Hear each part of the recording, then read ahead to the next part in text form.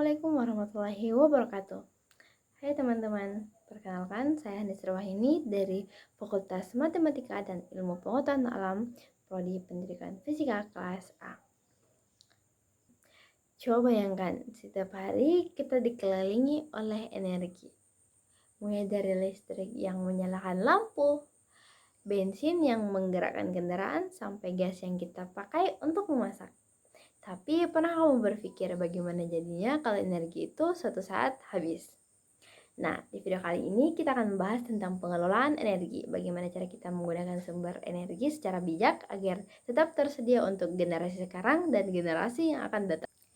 Energi adalah kemampuan untuk melakukan kerja. Tanpa energi, tidak akan ada kehidupan di bumi.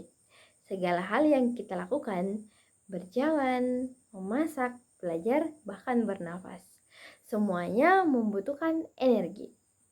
Sedangkan pengelolaan energi adalah usaha manusia dalam menggunakan, menghemat, dan mengembangkan energi secara efisien dan berkelanjutan. Tujuannya sederhana, agar energi tetap tersedia tanpa merusak lingkungan dan bisa dinikmati oleh generasi setelah kita.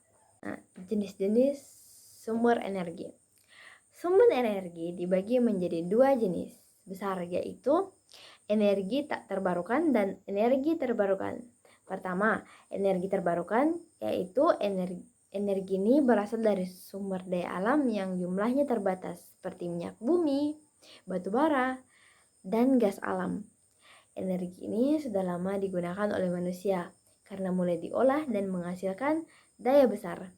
Namun, jika terus dieksploitasi tanpa kendali, sumbernya bisa habis dan menimbulkan pencemaran udara serta pemanasan global. Kedua, energi terbarukan. Energi ini berasal dari alam dan dapat diperbarui secara alami, seperti energi surya yang datang dari matahari. Yang kedua, energi air, aliran sungai dan bendungan. Yang ketiga itu energi angin dari turbin. Yang keempat itu energi bumi. Dan kelima itu energi biomasa dari bahan organik. Energi terbarukan ini bersifat ramah lingkungan dan bisa digunakan terus-menerus tanpa takut habis. Oleh karena itu, banyak negara termasuk Indonesia mulai beralih ke energi hijau ini. Upaya pengelolaan energi. Untuk menjaga ketersediaan energi, ada beberapa langkah penting dalam pengelolaannya. Itu pertama, penghematan energi. Gunakan energi seperlunya. Matikan lampu jika tidak digunakan. Cabut charger saat tidak dipakai dan biasakan naik sepeda atau transportasi umum untuk mengurangi bahan bakar. Yang kedua, diversifikasi energi. Artinya, jangan hanya mengandalkan suatu sumber energi. Kita perlu mengembangkan berbagai sumber alternatif seperti tenaga surya, angin, dan air. Yang ketiga itu efisiensi teknologi.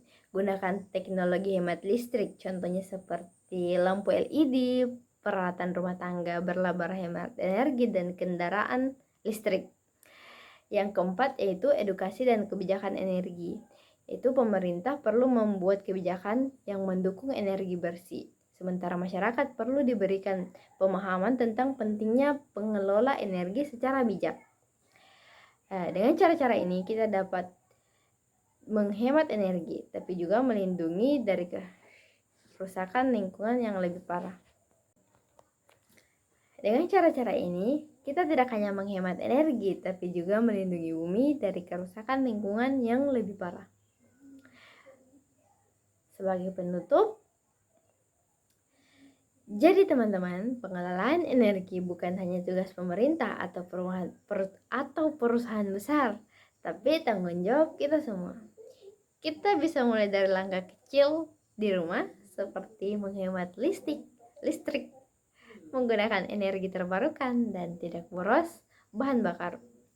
Ingat, energi yang kita hemat hari ini adalah investasi untuk masa depan. Dengan mengelola energi secara bijak, kita membantu bumi tetap lestari, udara tetap bersih, dan kehidupan tetap berjalan dengan seimbang. Terima kasih sudah menonton. Kurang dan lebihnya mohon dimaafkan. Wabillahi taufiq wal hidayah. Wassalamualaikum warahmatullahi wabarakatuh. Dadah.